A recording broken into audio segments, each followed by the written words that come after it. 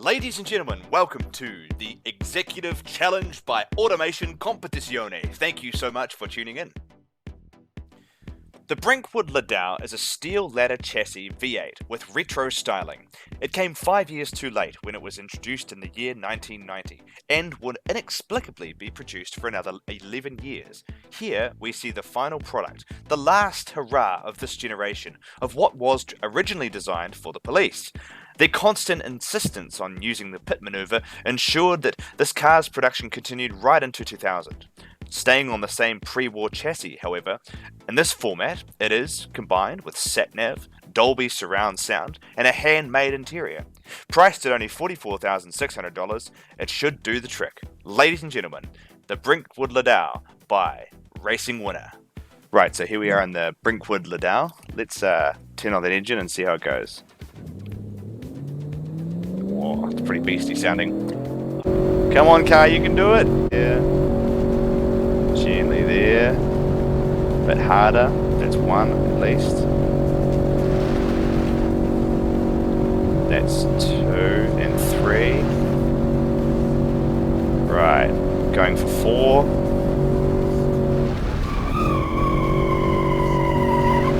Oh. Attempt number 3. Whoops. I have my steering wheel locked. Right, let's try that again. Let's carry on with this. So this is attempt number 3. Remember, I'm trying to get kind of a reasonably fast lap. Well, like a fast lap within the capabilities of the car. You have to be realistic with these cars. These things are meant to be luxury barges. They are not supposed to be fast cars, but they are meant to be able to make their owners look good, you know. And I feel like right now I'm having to probably express a little bit more. I mean, I don't like to blow my own trumpet or anything, but I feel like I'm having to do a little bit too much in terms of like counter steer and brake management, and yeah. Oh, this thing is weird. It's not overpowered, but it feels like it is. It feels very twitchy on the rear. I think it might be those leaf springs on the rear. So here we go in. I'm gonna cut a lot of corner. Oh. Twitchy again. Oh, the car is a little offset. It's a little off center. Just caught that and hard on the brakes. And then in. It's quite a heavy car, but handles interestingly, probably a little oversteery for my liking, but there we go, across the line. Wow. So here we are in the Brinkwood Ladow. Now this thing is completely raucous on the track, but it really has this really incredibly sort of intimidating aura to it. It's got a real sort of, I mean, the sound alone is fantastic. It's a big car, that's for sure. Driving around these little Italian streets is it's kind of funny. Does it fine? Will it make it around this corner though? Let's see. Yep, absolutely fine. It's got pretty good maneuverability for such a big car, I have to say.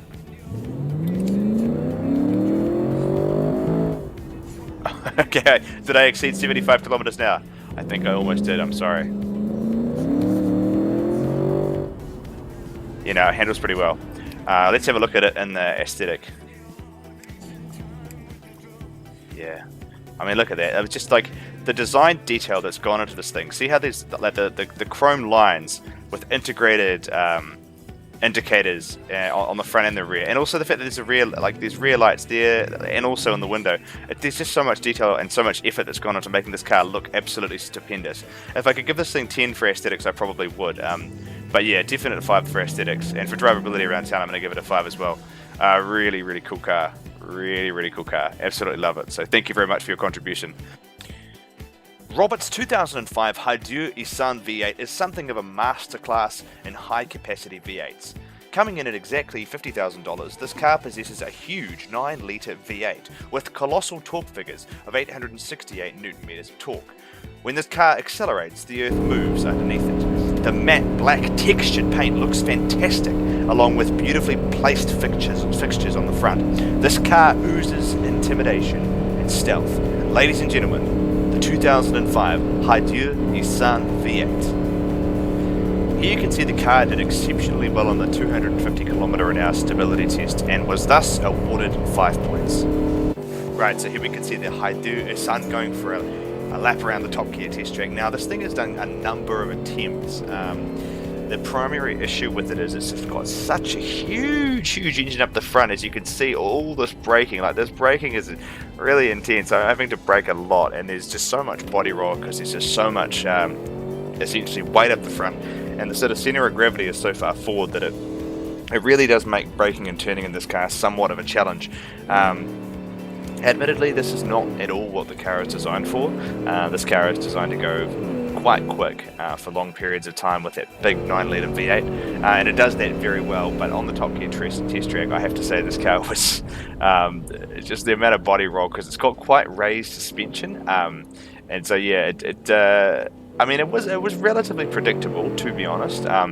I think I only did a couple of laps in this one before managing to get this lap in that you're currently seeing. Unfortunately, my audio packed out on me, so I'm watching this sort of second hand, which isn't optimal, but I mean, I guess that's kind of what you have to deal with. And you can see here through follow through, this thing was just, it really did not want to change its momentum. And here you can see it's starting to drift and get all out of shape. Fortunately, the suspension absorbing the bumps pretty well there. So coming into the slow speed section, heavy on the brakes again, you can see it sort of bounce a lot around, and I mean, this car, I really like this car, but driving this thing on a track was very difficult. So yeah, there's the lap. Right, so here we are in the Ladow Nissan. Now this thing, it sits really high off the ground for some reason, and it's got huge body roll. I mean, I guess that's to make it nice and comfortable. And it works. I mean, it scored really highly in all of the categories. I think it might be, it's done really well. I'm not a fan, to be honest. The more that I look at it, especially after comparing it to the other two entries, I'm not a fan of the aesthetic. It sits too high off the ground. The black paint is really intense, and I just feel like the rear hasn't had enough development. If you look at the front, I can accept that's had quite a bit of work put into it, but the rear, for some reason, looks a little strange. I don't know. But this car, like, and it didn't, I mean, part of the issue that this car's got is that it's just so heavy. I mean, you put a 9-litre engine inside a car, it's going to have massive issues with understeer, just because there's just so many kgs up the front. You know, like, we're going around the corner 50 k's an hour, we're getting tire chirp. So, yeah, if it wasn't for the ESC, it's just I feel like if you gave this to like a rich banker and it was like, yeah, just test for a drive, man, it's all good. They were like, oh my god, you know, I don't know. It's an interesting car, and currently I believe it is sitting pretty close to the top of the leaderboard. So we'll see. What I'm going to do is basically, yeah, just mark them all evenly, and then we'll see how it goes at the end. So yeah, overall, the aesthetics of this car are not my favourite, but the driving experience is it's fairly standard. I'm going to give it a 4 out of 10, just because it's so heavy around town. It does feel like you're driving a truck. That combined with the fact that you're sitting like a couple of metres above the ground. So thank you for your entry into the competition, sir. Created by Freilinia, the Bossman Mayfield Luxe is something of a visual spectacle. The car looks amazing with a great combination of inspiration from Lexus, Aston and Jaguar. The custom white rims with the black lines are both elegant and sporty. At the heart of this car sits a 350 horsepower cast iron V8. The car has a glued aluminium chassis and comes in at 2,247 kg. A smooth example of how to attain visual perfection, in my opinion. And take it up to speed and see how fast and how well it goes at 250 kilometers an hour on the open Autobahn. Right, got some disappointing news. It appears that the car can only go 246 kilometers an hour. Alright, so here we are in the Bossman Mayfield Luxe. Let's rev up that engine and take it for a quick spin around the track. Right, so it takes off relatively well. I'm just aware, like, many of the other cars, and I suspect most of the cars in this challenge, these things really are not designed for the track. Although this one does have significantly better design characteristics in terms of the suspension. Yeah, this is significantly better. I can drive this with a bit more confidence, which is good. And remember, this is the first time I've driven it on the test track, so get a bit of wheel spin there. And this thing doesn't even have ESC, so I guess that's a testament to how well balanced it is. Even though you probably would, in all honesty, expect ESC on a luxury car, and I suspect this car has probably suffered a wee bit because of it. So into here, we're going to probably expect a wee bit of understeer. Yep, quite a bit of understeer. Yep, and pushing up through 3, 4. This thing is pretty well balanced, I have to say. Now, because we're not really going for time lapse, we can sort of do stuff like this, and it's okay. Yeah, boy! Little drifting action! And our massive $300,000, or whatever it is, $50,000 luxury car. This thing is good. It feels fantastic. It's not overpowered either. Let's break it in. Oh, oh, oh. Almost lost it there. And across the line, first time, this guy gets a 5 points for drivability around the Top Gear test track. Well done. Alright, here we are in the Bossman Mayfield Luxe, and this thing, I mean, looks pretty good. Let's just take it for a wee quiet drive around the town.